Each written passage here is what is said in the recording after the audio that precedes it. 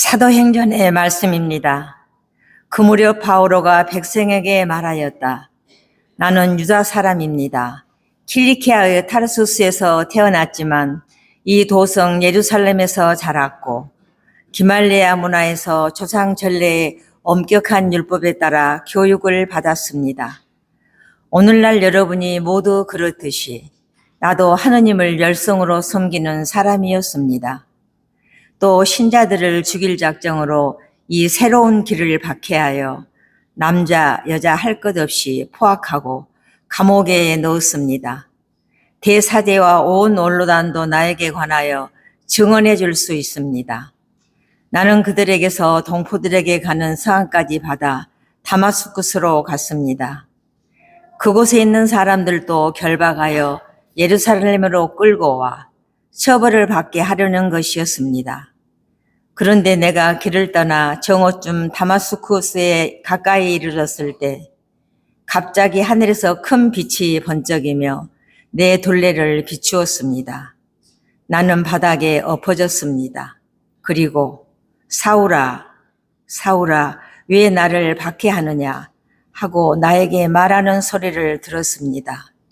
내가 주님, 주님은 누구십니까? 하고 여쭙자 그분께서 나에게 이르셨습니다. 나는 네가 박해하는 나자렛 사람 예수다. 나와 함께 있던 이들은 빛은 보았지만 나에게 말씀하시는 분은 소리는 듣지 못하였습니다.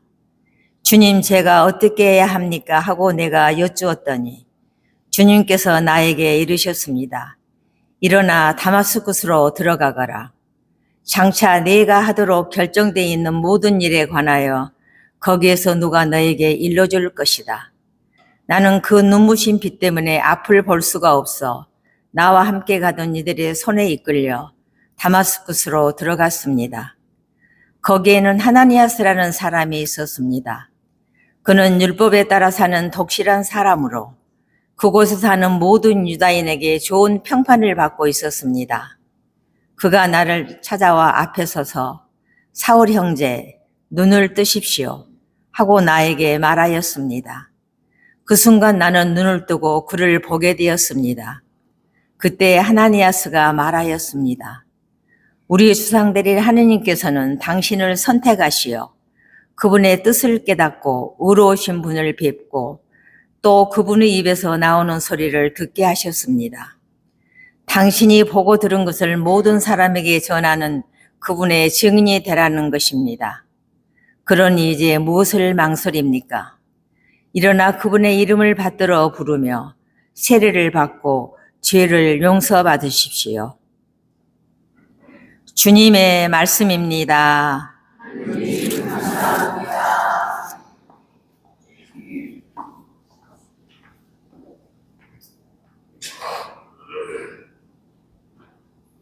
너희는 온 세상에 가서 복음을 선포하여라.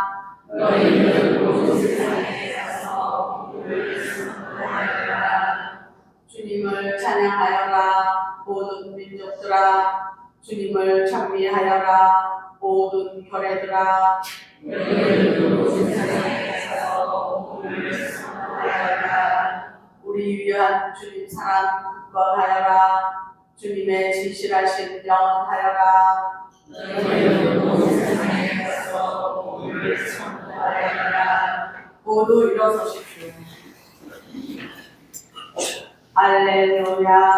할렐루야. 주님이 말씀하신다. 내가 너희를 세상에서 뽑아 세웠으니 가서 열매를 맺어라. 너희 열매는 길이 나무리라. 할렐루야. 주님께서 여러분과 함께 마르코가 전한 거룩한 복음입니다. 주님 영광 받으소서. 그때 예수님께서 11 제자에게 나타나시어 그들에게 이르셨다. 너희는 온 세상에 가서 모든 피조물에게 복음을 선포하여라. 믿고 세례를 받는 이는 구원을 받고 믿지 않는 자는 단죄를 받을 것이다. 믿는 이들에게는 이러한 표징들이 따를 것이다.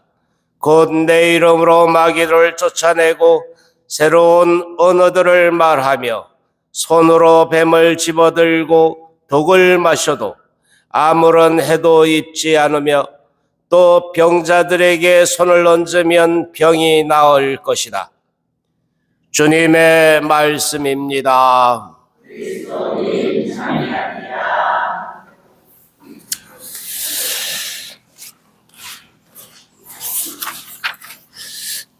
정말 그런지는 모르겠는데 장기 이식을 하면 이식받은 그 사람은 이식해준 그 사람의 뭔가를 담는다고 그래요. 이런 얘기 들어보셨어요? 정말인지 모르겠어요. 안 해봐서. 안 해봐서는 모르겠는데 어쨌든 심장을 그러면 이식을 받으면 그 사람의 심장을 갖는 거잖아. 그죠?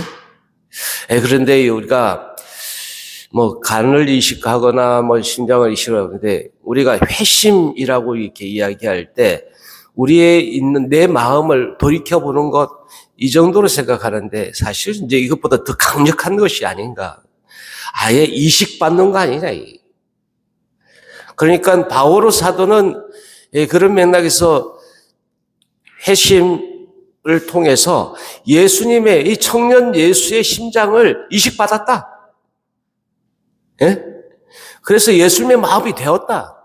근데 우리들도 회심이라고 한다면 그런 차원에서 바라보는 필요가 있지 않겠냐. 내 마음이 아니고 주님의 마음을 이식받는 것. 이래서 예수님 마음으로 살아가는 것. 이것이 진정한 의미에서 회심이 될 수 있지 않겠냐. 어떻게 생각하세요? 그러면 좋겠죠? 네. 맞습니다. 쉽지는 않아요. 그러나 그것이 살 수 있는 단 하나의 방법이다. 그러면 이식 받아야 돼. 안 그러면 죽어요. 이식 받아야 산다고 한다면 이식 받아야 해. 우리가 그리스도인으로 살 수 있는 단 하나의 어떤 방법이 있다면 그리스도의 마음을 이식 받는 거예요. 그 심장을 청년 예수의 그 뜨끈뜨끈하고 뜨거운 그 심장을 이식받지 않고서는 그리스도로 살기가 어렵다. 바오로 사도는 정말 눈이 멀었다. 그래서 새로운 세상을 만나게 됐다. 이런 그 체험을 하게 돼요. 그래서 그는 정말로 새 사람이 되죠.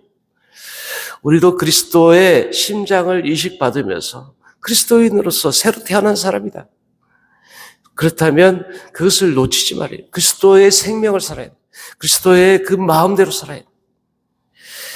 바오로 사도 회심주기를 지내면서 우리도 똑같이 그리스도의 심장을 이식받은 자로서 살자.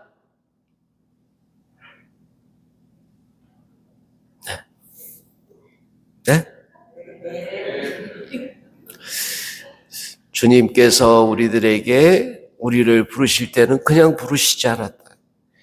당신을 닮은, 당신의 삶을 계속 살라고 우리를 부르셨고, 그래서 우리의 마음을 잡아주셨다. 물론 우리의 현실 안에서는 여전히 흔들릴 수 있어요. 갈등을 가질 수 있다.